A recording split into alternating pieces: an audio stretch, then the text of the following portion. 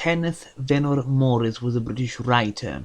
Born in Wales in 1879, following the death of his father, his mother moved with her two sons to London in 1885. There, Morris attended Christ's Hospital School and moved to Dublin in 1896. Soon after, he joined the Theosophical Society, and in 1908 he moved to Point Loma, California, continuing his cooperation with the society locally, serving as professor of history and literature at the Raja Yoga College at Point Loma. His first and most well-known book is The Fates of the Princes of Dyfed, which focuses on sections of the Welsh Mabinogion cycle. Following the stock market crash of 1929, the Theosophical Society could no longer operate its Point Loma headquarters, and Morris was forced to return to Wales. He died in 1937 at Cardiff Hospital following surgery. The Secret Mountain and Other Tales was published in 1926. It is a book which presents short mythological narratives focusing on various world religions, or in a few instances on ones invented by Morris, and each tale for the most part is a good fantasy of somewhat philosophical at times. There is certainly no Catholic pontification, and for once a theosophist actually managed to write something about the supernatural which is readable and clever as well as concise, which is definitely not the norm if you've read any spiritist/theosophist fiction.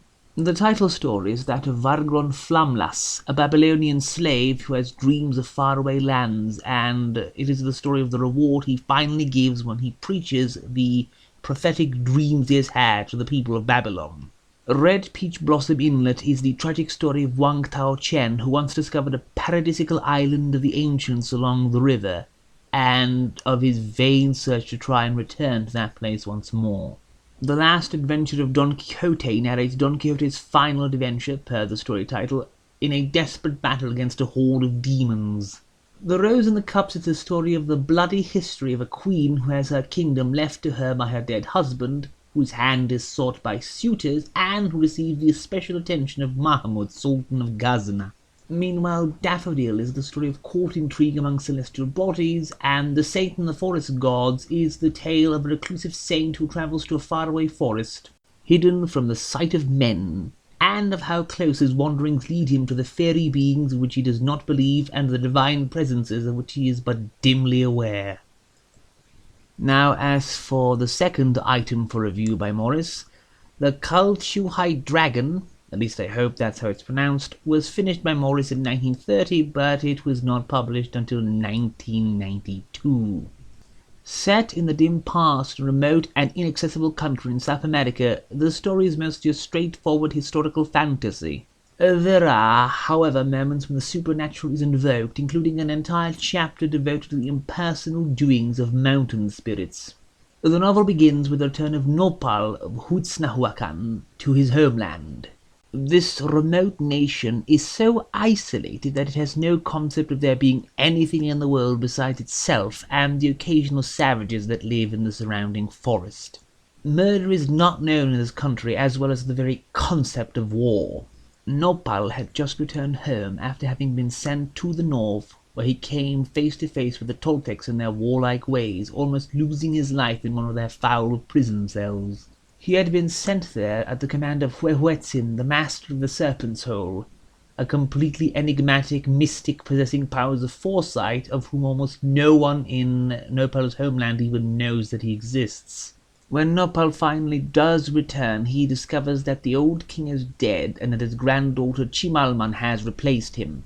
Going along to take part in a religious festival, he glimpses her in the crowd, and the two share a strange revelation which seems to link them inextricably. While this is taking place, Yen Ranho, the sinister hierarch from the North League, is making his way towards Huitznahuacan, bent on destroying the city, even at the cost of his own life, to avert the fulfillment of a prophecy, bringing sin and sorrow to the otherwise Edenic country.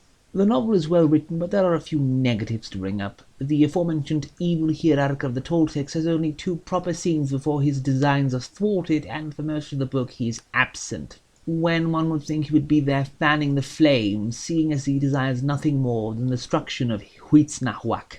Also, when the story starts, you assume Nopal would be the main character, but after the first book, he largely never shows up again in the story.